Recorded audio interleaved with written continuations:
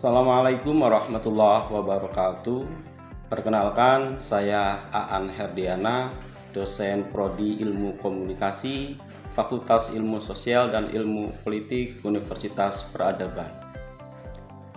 Video ini dibuat sebagai kelengkapan persyaratan sertifikasi dosen gelombang 1 tahun 2025 yang diselenggarakan oleh Kemendikbudristek, yaitu pernyataan diri dosen dalam unjuk kerja Tridharma Perguruan Tinggi atau PDD UKT-PT di bidang pengajaran.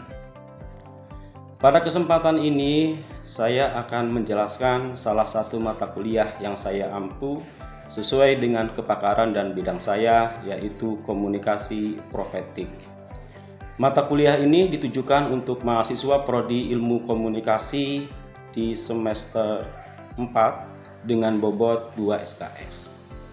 Diselenggarakan dalam 16 kali pertemuan dengan rincian 14 kali pertemuan materi dan 2 pertemuan untuk UTS dan UAS. Komunikasi profetik merupakan salah satu mata kuliah wajib yang harus ditempuh oleh mahasiswa program studi ilmu komunikasi di Universitas Peradaban. Mata kuliah ini membahas prinsip dan praktek komunikasi berbasis nilai-nilai profetik, yaitu humanisasi, liberasi, dan transendensi. Melalui mata kuliah ini, mahasiswa tidak hanya mempelajari teori, tetapi juga melakukan refleksi terhadap peran komunikator sebagai agen perubahan sosial. Materi mencakup dasar-dasar komunikasi profetik, jurnalisme profetik, public relation profetik, serta riset komunikasi berbasis nilai-nilai profetik. Sistem pembelajaran untuk mata kuliah komunikasi profetik dirancang untuk mendorong pemahaman teoritis, refleksi kritis, serta kemampuan aplikatif mahasiswa dalam menerapkan nilai-nilai profetik pada praktek komunikasi. Pendekatan yang digunakan berbasis student-centered learning dengan integrasi metode reflektif, eksploratif, dan kontekstual transformasional. Adapun metode yang digunakan dalam mata kuliah ini, pertama ada ceramah interaktif. Metode ini digunakan untuk menyampaikan konsep dasar teori komunikasi profetik, nilai-nilai kenabian, dan kerangka etik.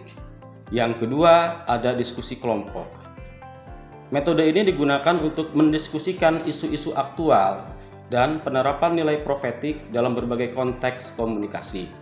Yang ketiga, ada metode studi kasus. Metode ini digunakan untuk menganalisis fenomena media, jurnalisme, PR, atau konten digital berbasis nilai-nilai profetik. Dan keempat, problem-based learning, yaitu mahasiswa diminta menyusun solusi komunikasi atas persoalan sosial atau kemanusiaan berbasis nilai profetik. Adapun capaian pembelajaran lulusan, pertama, menjunjung tinggi nilai kemanusiaan dalam menjalankan tugas berdasarkan agama, moral, dan etika. Kedua, pemahaman tentang peri kemanusiaan dalam berbagai konteks komunikasi. Dan yang ketiga, mampu menerapkan pemikiran logis, kritis, sistematis, dan inovatif dalam konteks pengembangan dan implementasi ilmu pengetahuan dan teknologi dengan memperhatikan nilai-nilai humaniora. Dan yang keempat, mampu melakukan analisis atau kajian terhadap masalah atau isu komunikasi dalam berbagai konteks menggunakan konsep dan teori komunikasi yang relevan. Adapun capaian pembelajaran mata kuliah yang diharapkan dalam mata kuliah ini, pertama, mahasiswa mampu menjelaskan konsep dasar komunikasi profetik dan nilai-nilai kenabian dalam konteks komunikasi kontemporer. Kedua, mahasiswa mampu mengkaji peran komunikasi profetik dalam membentuk etika publik dan komunikasi berkeadaban. Ketiga, mahasiswa mampu menganalisis fenomena komunikasi sosial, politik, budaya, dan keagamaan melalui pendekatan komunikasi profetik.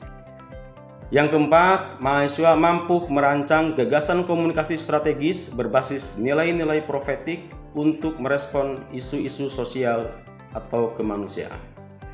Adapun media pembelajaran yang digunakan dalam mata kuliah ini, pertama ada PowerPoint interaktif dan video pembelajaran, ada modul pembelajaran, artikel jurnal, buku, teks, dan berita aktual atau kanal YouTube, podcast, dan konten media interaktif lainnya. Materi pembelajaran dalam mata kuliah ini, pertama, kontrak kuliah dan pengantar komunikasi profetik. Yang kedua, komunikasi profetik dalam Al-Quran. Ketiga, konsep dasar komunikasi profetik. Keempat, paradigma profetik Kunto Wijoyo. Kelima, nilai-nilai profetik humanisasi. Keenam, nilai-nilai profetik liberasi. Ketujuh, nilai-nilai profetik transendensi. Kedelapan, jurnalisme profetik. Kesembilan, dakwah dalam wacana komunikasi profetik. 10. Komunikasi profetik di ruang publik.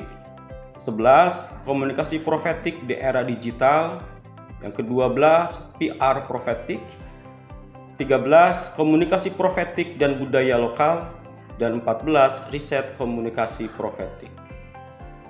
Adapun kriteria penilaian mata kuliah ini, kehadiran dan partisipasi dengan bobot 10%, ada tugas dengan bobot 20%, UTS dengan bobot 30%, dan ujian akhir semester dengan bobot 40%. Baik, untuk tahapan berikutnya, mari kita simak video pembelajaran untuk mata kuliah komunikasi profetik. Bismillahirrahmanirrahim. Assalamualaikum warahmatullahi wabarakatuh. Waalaikumsalam warahmatullahi wabarakatuh. Alhamdulillah, selamat pagi teman-teman semua. Pagi. Sehat dan bahagia semuanya ya. Baik, pada kesempatan pagi ini berjumpa lagi dengan saya di mata kuliah komunikasi profetik. Oke teman-teman, sebelum pembelajaran, untuk kemudahan, kelancaran, kebermanfaatan, dan keberkahan kita dalam menuntut ilmu, kita berdoa menurut agama dan kepercayaan masing-masing. Berdoa.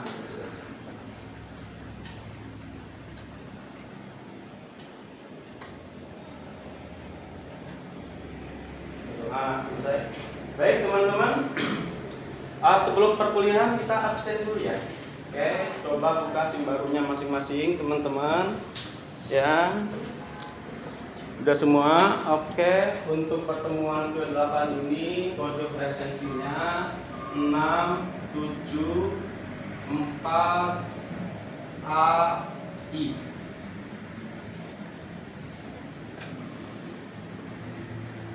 Oke, sudah semua? Sudah semuanya ya? Sudah, Pak. Oke, baik teman-teman. Sebelum kita masuk ke materi hari ini, saya akan mencoba nge-review ingatan teman-teman di minggu lalu. Ya, minggu lalu kita belajar tentang 3 pilar komunikasi profetik. Ada yang masih ingat apa aja? Apa?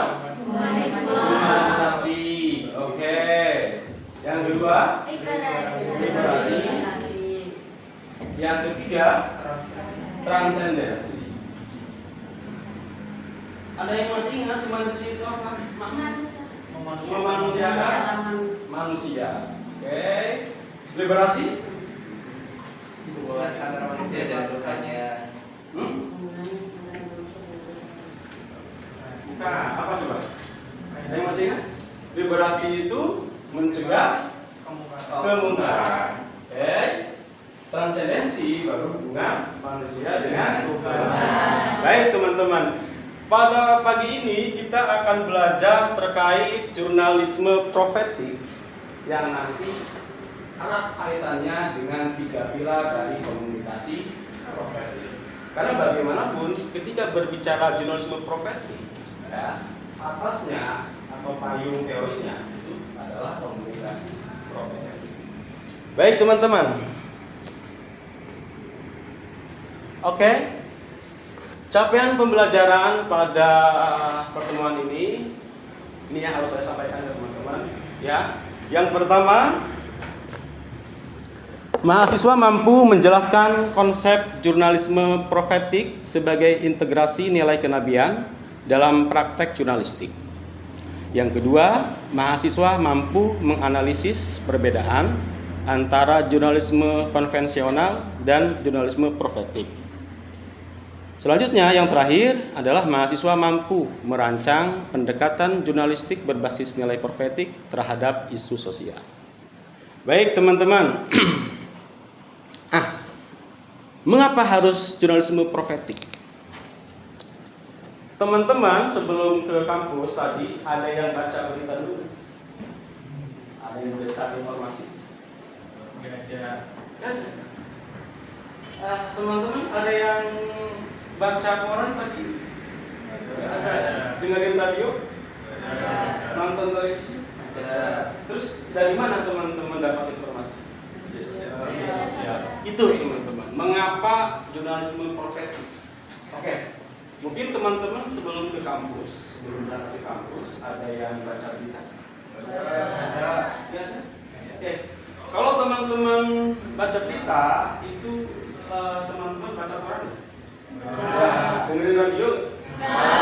Nonton televisi? Terus dapat dari mana informasi? Media sosial. Itu teman-teman. Era digital telah mengubah wajah jurnalisme secara fundamental. Setidaknya ada 3 ciri. Yang pertama, cepatnya arus informasi. Kalau dulu zaman media cetak, versi juara hari Minggu, beritanya keluar hari apa? Hari Senin. Tidak ada proses menunggu berita.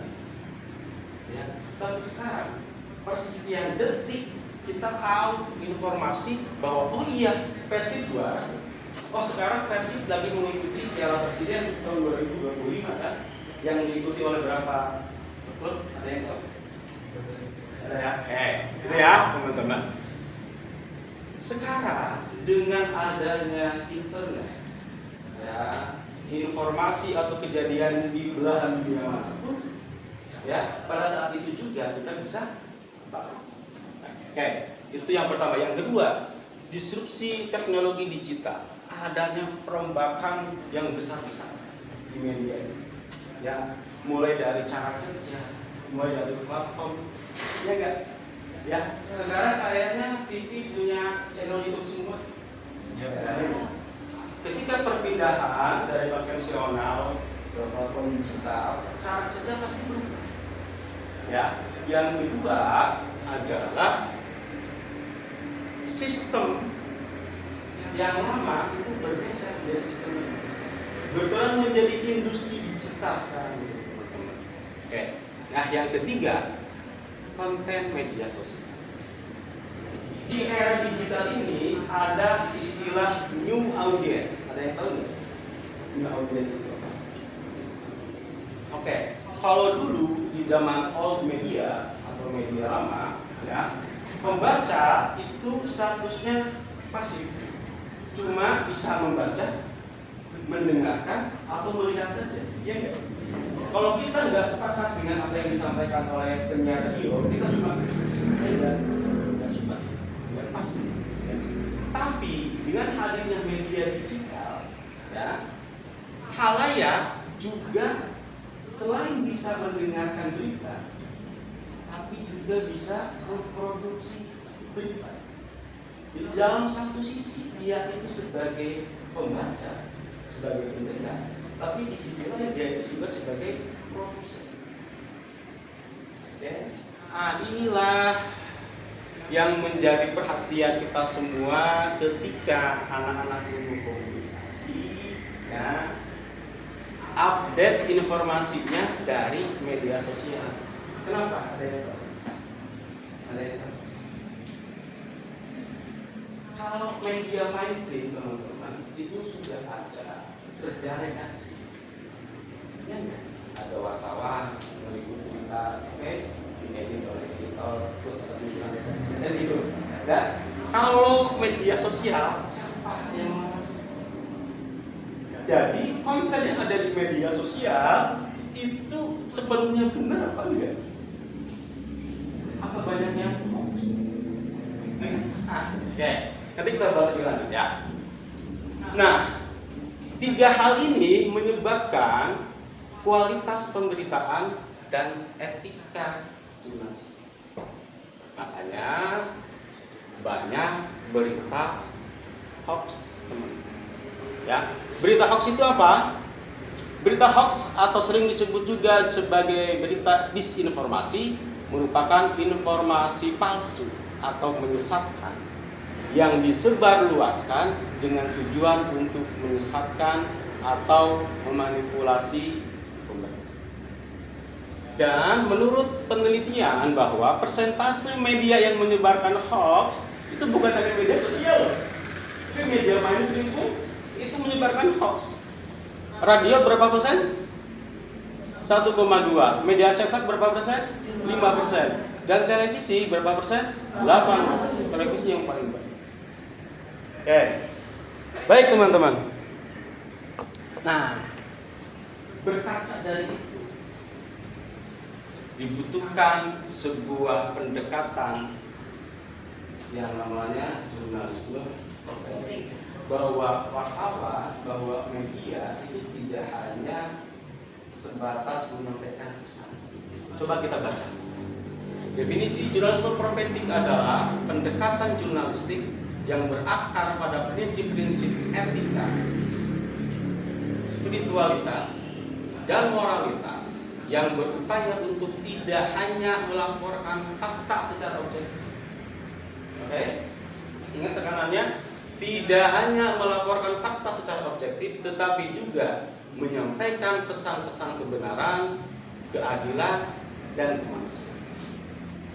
Di pertemuan selanjutnya kemarin kita membahas tentang ilmu sosial profetiknya Kunto Wijoyo, masih ingat?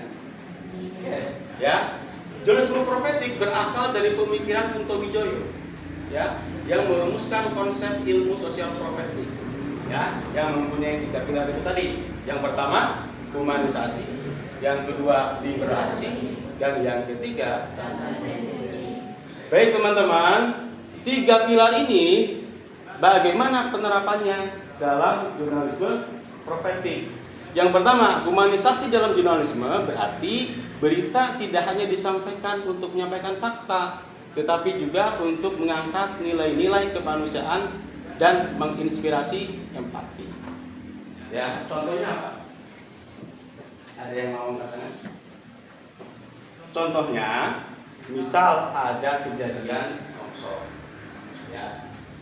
Kalau jurnalisme konvensional, ya, menjelaskan saja, ya, bahwa di Brebes sudah terjadi longsor, ya, pada hari Minggu tanggal berapa, ya, mengakibatkan 5 rumah roboh. Itu udah 5W1 kan? Jurnalisme konvensional cuma 5W+1K itu sudah selesai. Nah, ini memang fakta. Pokoknya demikian. Tetapi yang membedakan jurnalisme profetik itu tidak hanya menyampaikan ini, tetapi pilar yang pertama, humanisasi, juga ada unsur memanusiakan manusia. Contohnya apa? Misal, ya, misalnya kejadian longsor itu menjadi tanda bahwa manusia itu harus punya hubungan yang lebih baik dengan alam. Ya, bahwa kita itu hidup berdampingan, makanya kita harus saling menjaga satu sama lain. Atau enggak? Yang kedua, ada informasi bantuan. Ya, apa bantuan apa taruhlah? Bantuan makanan dan sebagainya, ya, disampaikan ke siapa, ada info yang jelas. Jadi memang komunikasi profetik itu tidak hanya menyampaikan informasi, tapi ada unsur-unsur kemanusiaan. Pahami teman-teman? Oke, kita lanjut ke yang kedua, liberasi dalam jurnalisme. Jurnalisme profetik berfungsi sebagai alat advokasi untuk melawan ketidakadilan.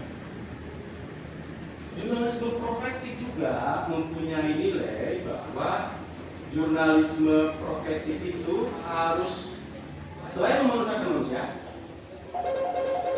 oke, tapi juga media untuk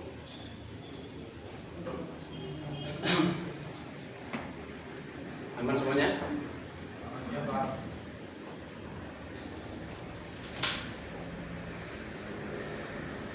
Tapi juga untuk media untuk melawan ketidakadilan. Contohnya seperti apa? Ya.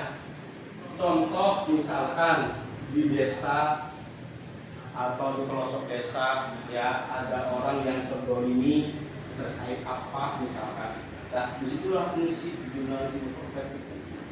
Ya, tidak hanya menyelesaikan manusia, tapi juga sebagai media untuk merubah ketidakadilan. Oke. Setelah tadi saya menjelaskan terkait konsep jurnalisme profetik dan kaitannya dibandingkan dengan jurnalisme konvensional, sekarang kita mencoba belajar ya untuk menganalisa berita jurnalisme profetik. Ya, saya mencontohkan ada dua judul nih. Yang pertama, Gempa 4,8 guncang NTB pagi ini, BMKG, pusat gempa di darat. Ya, terus ada berita yang satunya. Oke, tugas teman-teman sekarang coba bagi menjadi 3 kelompok.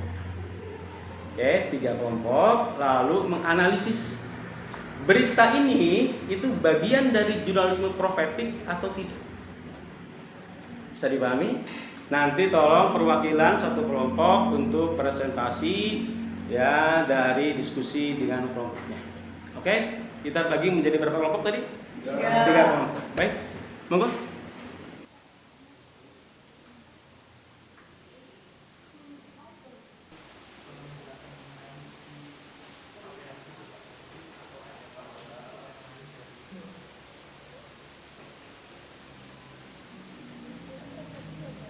Baik teman-teman, kita sudahi diskusinya. Kayaknya asik banget ya diskusi pagi hari ini. Baik, setelah teman-teman diskusi dengan kelompoknya, saya persilakan untuk perwakilan kelompok menyampaikan apa hasil diskusinya. Mungkin dari kelompok 1 dulu. Oke, saya Dua Kemalia. Assalamualaikum warahmatullahi wabarakatuh. Waalaikumsalam warahmatullahi Wabarakatuh. Terima kasih sebelumnya atas diberikan kesempatan kepada kelompok kami untuk bisa mempresentasikan hasil dari diskusi kami. Setelah melihat dari kedua berita tersebut, yang pertama dari berita bencana alam, yang kedua berita apresiasi dari seorang kades yang bertato, saya mengambil berita pertama terlebih dahulu mengenai berita bencana alam. Saya melihat bahwasanya di dalam berita tersebut itu hanya kayak memberitakan mengenai kejadian gempa tersebut. Jadi memberitakan mengenai gempa yang ada di yang mengguncang NTB pagi ini gitu. Yang kedua itu mengenai berita yang kedua itu saya melihat adanya profetik di dalam berita tersebut. Salah satunya yaitu bahwasanya di situ menjelaskan menilai kinerja itu bukan dari penampilan saja dan juga ada melawan stigma. Jadi ibarat kata itu dalam berita tersebut itu yang ditonjolkan itu mengenai yang baik-baiknya dari sang pemimpin tersebut, bukan dari penampilannya bertato dan sebagainya. Maka dari itu dalam berita tersebut itu bisa melawan stigma yang ada. Sekian yang bisa saya sampaikan, kurang lebihnya mohon maaf. Saya akhiri. Wassalamualaikum warahmatullahi wabarakatuh.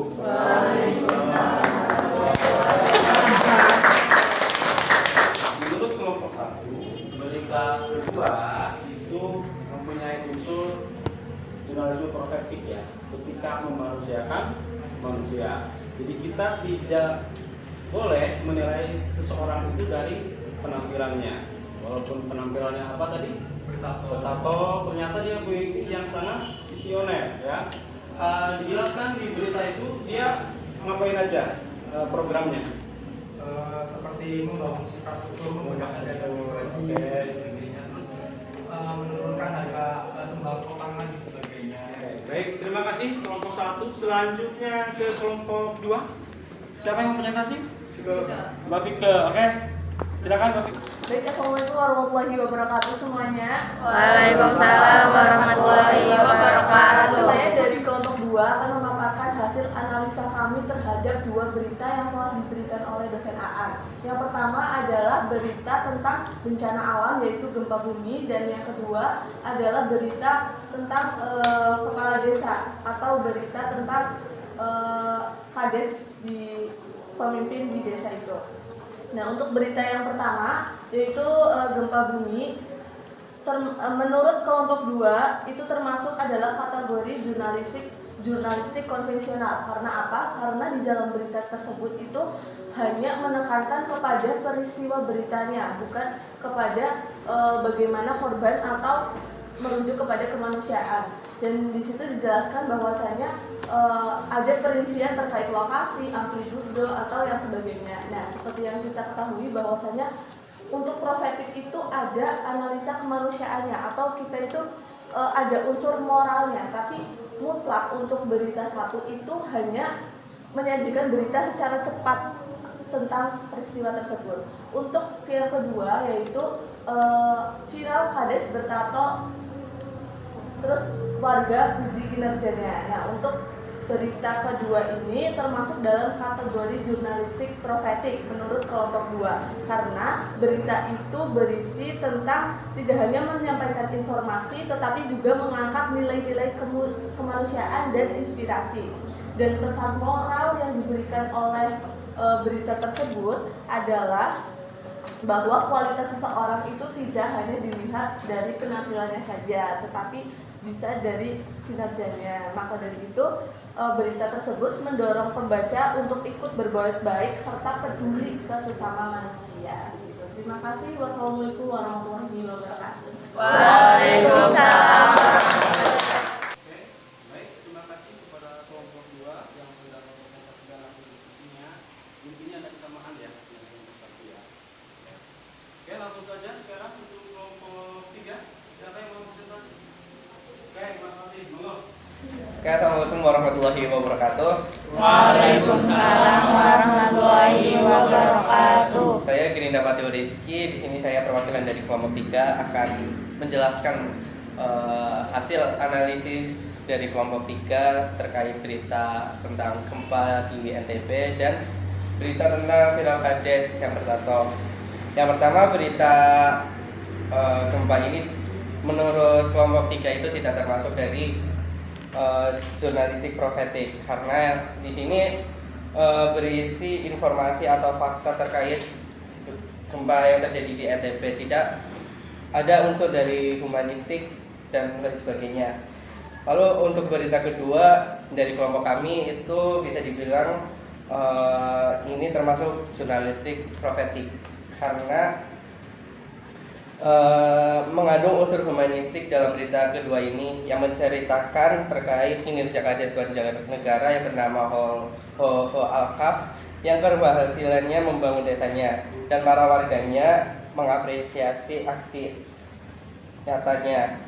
Eti salah satu warga yang mengapresiasi dan merasa kagum kepada kadesnya. Ho Alkaf juga mengembangkan BUMDes yang sekarang memiliki peternakan sapi hingga 16 ekor serta peternakan ayam dan ikan. Sekiranya segitu dari kelompok kami. Wassalamualaikum warahmatullahi wabarakatuh. Waalaikumsalam warahmatullahi wabarakatuh. Oke, teman-teman, ada yang ditanyakan? Tidak ada. Baik, kalau tidak ada, terima kasih buat hari ini teman-teman sudah bareng ya kita belajar terkait jurnalisme profetik dan jangan lupa tugasnya dikumpulkan ya. Baik, terima kasih teman-teman. Saya akhiri untuk kelas di pagi hari ini. Assalamualaikum warahmatullahi wabarakatuh. Waalaikumsalam warahmatullahi wabarakatuh.